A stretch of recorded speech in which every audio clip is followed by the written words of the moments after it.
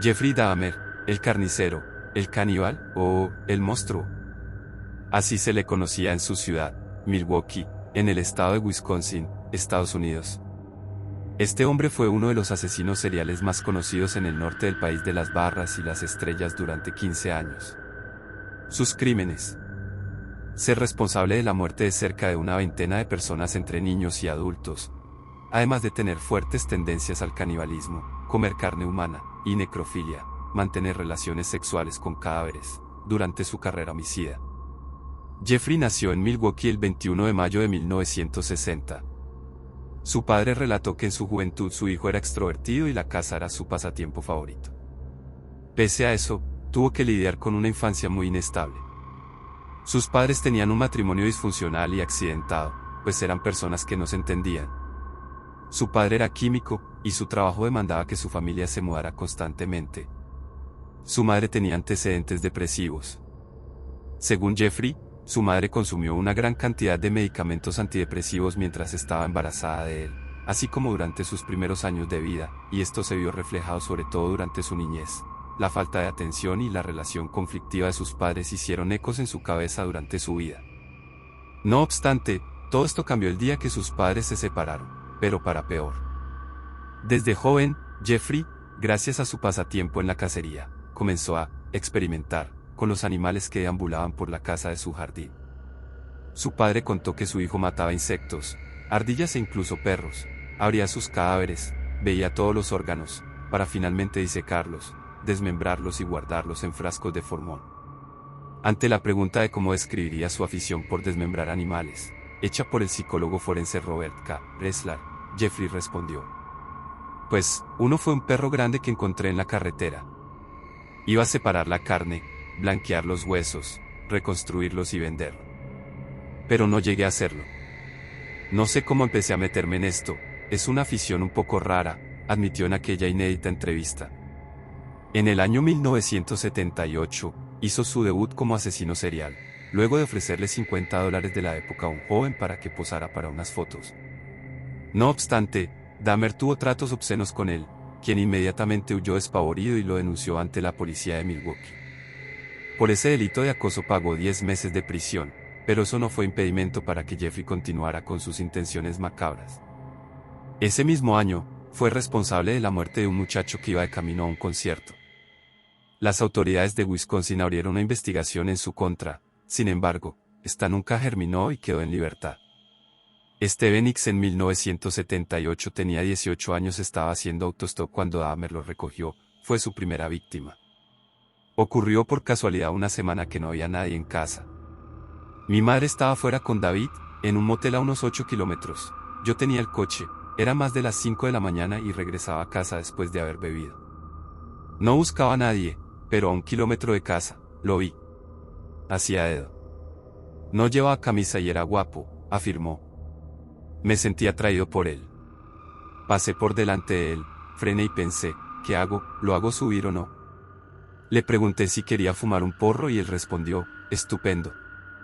Fuimos a mi habitación, bebimos unas cervezas y en el rato que pasamos juntos vi que no era gay. No sabía cómo retenerlo si no era agarrando la barra de las pesas y golpeándolo en la cabeza. Luego lo estrangulé con la misma barra, añadió en la charla.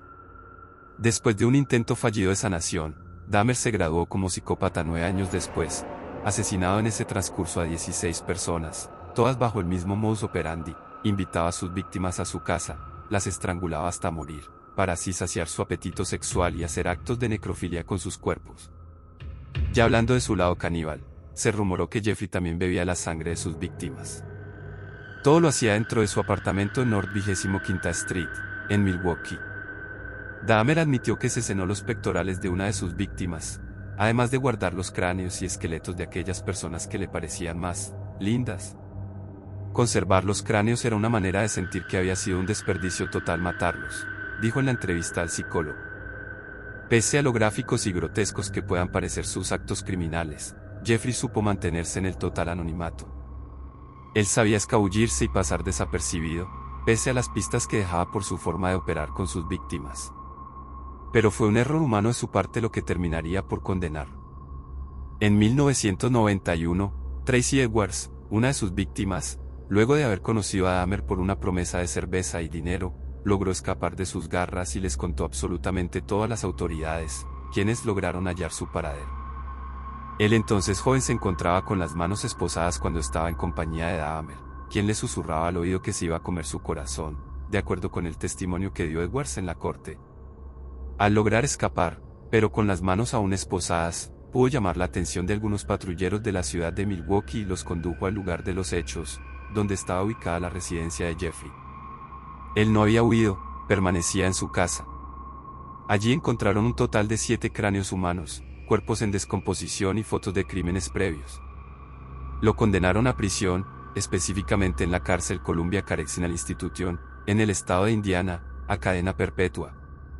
No obstante, su duración tras las rejas duraría tan solo 2 años, pero con muy mala suerte, pues fue asesinado por su compañero de celda llamado Christopher Scarbar con una varilla de metal en el año 1994.